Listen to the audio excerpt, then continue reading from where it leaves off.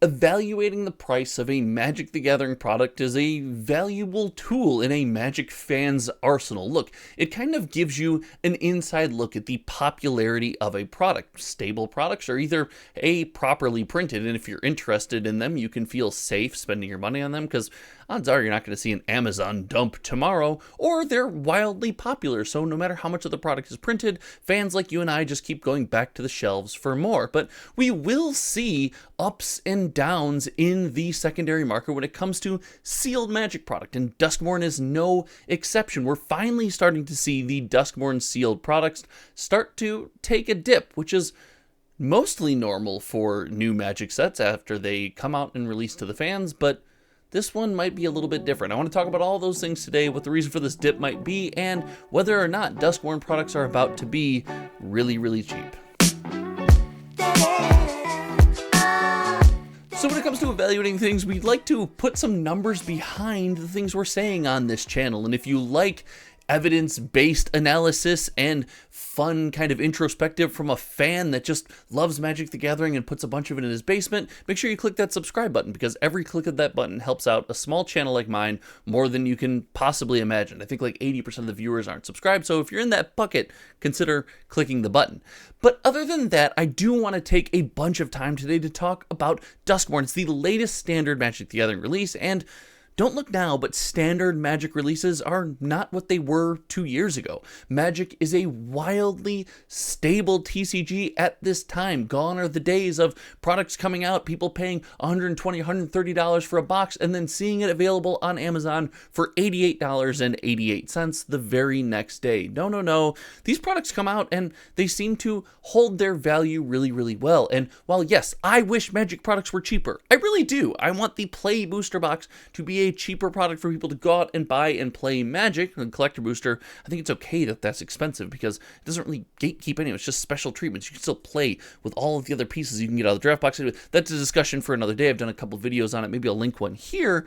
Aside from all this, we are seeing a dip in the Duskmourn price. And to take a look at those overviews and kind of how Duskmourn is doing, let's go to cardboardfinance.com, the application supported by the channel members here at Hometown TCG by clicking the $5 a month subscription channel member button below. They help me pay server costs. And this is where we track every single sold listing of sealed product for major TCG releases on cardboardfinance.com. We store them in the vault, and then we keep this data for a long time so we can look at how sets are doing over the long haul, not just a weird snapshot, a period in time that you can kind of get publicly. But Duskmourn was doing extremely well. This is a set that outperformed any of my expectations, and while for a while it was led by the Play Booster Box and the Collector Booster Box, the Commander deck set has driven past all of the other products to take the lead, and that is not surprising. And look, we've talked a lot about the Commander bans. There's probably more discussion to be had, but frankly, I'm kind of sick of the drama on that, so I wanted to break and talking about some fun stuff. And it's really cool to see Commander still being at the forefront of the Duskmourn products, things that people are looking to pick up and just play with. I still hold the position that the sealed deck set of any release of Commander decks is the best way to experience a Magic set, as this is just the pure buy the product, sit down with your friends, and play the game. And the Commander deck set is doing something that, you know, if you are buying these products, if you're spending your money on them, you like to see this product too. You like to see it kind of rebound and go up in price. And I made a video a while ago on this channel talking about the value of this product, and it's nice to see in the month of October this product really start to rebound and become valuable. And it's not just based on the price of one deck. We don't have a $120 deck and then $10 decks otherwise. We have one semi-expensive deck, and the other decks are actually coming up a bit in price. But all in all, the play experience leading the way here is something that I really relish in. And the box opening and limited play experience being a stable piece, a stable pillar in this release of, you know, Magic the Gathering, horror themed, is this going to land? Is this not going to land? Are we going to like it? Is just incredible to see. Look, whether you like it or not, the Play Booster Box model seems to be working. We are siloing our community into, are you trying to buy the bling and the expensive collectible product, which they have started to short print, or not short print, but print less of and make collectible? Or are you just trying to experience the set, get out there and play? Well, guess what? There's something for everybody, and it's brought people in those lanes closer together rather than being split into the 3-lane system, plus the commander decks. I digress. The play booster box system, while it is still expensive, and I would like to see it cheaper, does seem to be working. If you disagree with me, if you don't think the play booster box system is working, you don't think the sales reflect that, you can feel free to let me know in the comment section below. But this was always going to be a fun product. It was just not always going to be a stable product. Even with massive TCG player sales and being post-release, we see things like Karlov Manor constantly crashing. Bloomburrow was at 150 and I think is in between the 130s to 120s right now. So this kind of stability is extremely healthy. I expect this to follow a similar trend to Bloomburrow, which is going to get into in the second half of this video. It's not going to be the exact same, but there will be some trends. But I do want to talk, before we leave, about the collector booster box. Now, the collector booster box from Duskmourn is something that caught me, I'll admit it, a bit by surprise. There was a bit where this product was selling in fairly decent numbers at a high price point, and the average price being so low is due to the massive sale that happened on TCG Player. I think this is a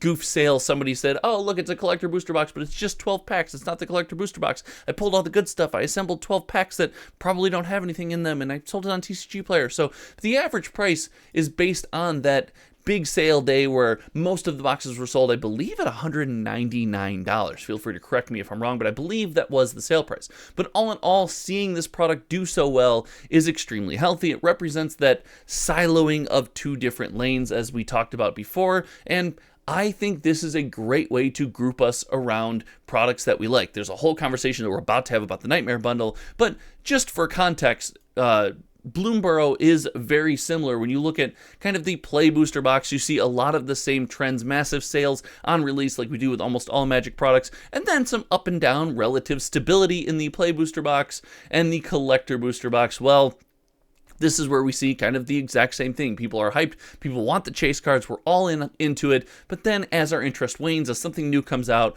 we kind of find that next phase. And because of those trends from Bloomburrow, I expect to see some of the same for Duskmourn. I really do believe there's still some downward movement to come in the prices of these products. Looking over at TCG Player, at the actual live products where they are available on the secondary market, we do see that the play booster box kind of has a lot of availability here as far as number of products per day. Now again, we do jump up into the mid 130s, 140s pretty quickly, but I expect people will kind of jump in, sell some boxes here and there as they see them readily moving through the market to save up for the next set. And the collector booster box is where things get, well, let's just call it a bit interesting. We have kind of a logjam here at this 224 price point. We see that most people are accepting, hey, this seems to be a floor. This is where we're ready to get rid of our boxes.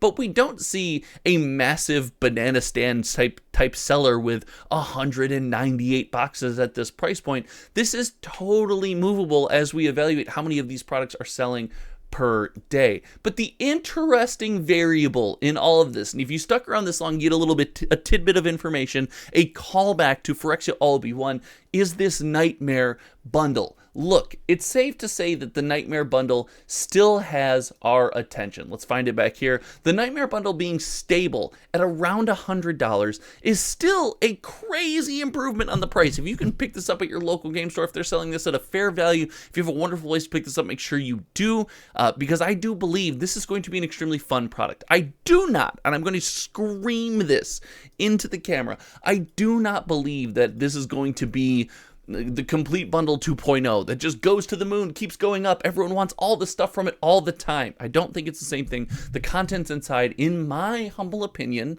are not nearly as exciting, but I do think it's going to do a lot of what the Nightmare Bundle did for our emotional pull to a set. Listen, we struggle with Magic the Gathering releases. We move on extremely quickly. The Nightmare Bundle is something that keeps the release in the forefront of our mind. And while we're talking about the spoilers for the next set, and we got Foundations and Mystery Booster 2 and all the Commander drama, the Nightmare Bundle is there, keeping us in tune with Duskmourn, pulling us back into the theme of the House of Horrors. And because of that, I think Duskmourn with a product like this is going to do better than it would have otherwise, without the bundle. Phyrexia All OB1 being a great example here, as Phyrexia All OB1 was a really good product. I really enjoyed Phyrexia All OB1, but in my opinion, I don't believe that it was, how do I say, as powerful as the sales would indicate. If we take a look at Phyrexia All OB1, this product without commander boxes, this is back before we were tracking commander products,